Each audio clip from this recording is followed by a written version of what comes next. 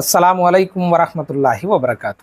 కొంతమంది తాక్ రాతుల్లో అంటే లైలతుల్ ఖద్ర్ యొక్క రాత్రుల్లో తరావీ నమాజ్ చదివిన తర్వాత వితర నమాజ్ చదువుదామంటే కొంతమంది ఏం చెప్తారంటే, మీరు మళ్ళీ రాత్రి మిగతా నమాజులు చేసుకుంటూ ఉంటారు కదా, వితర్ని మీరు లాస్ట్ నమాజ్గా చేసుకోవాలి, ఇప్పుడు చదవద్దండి అంటారు.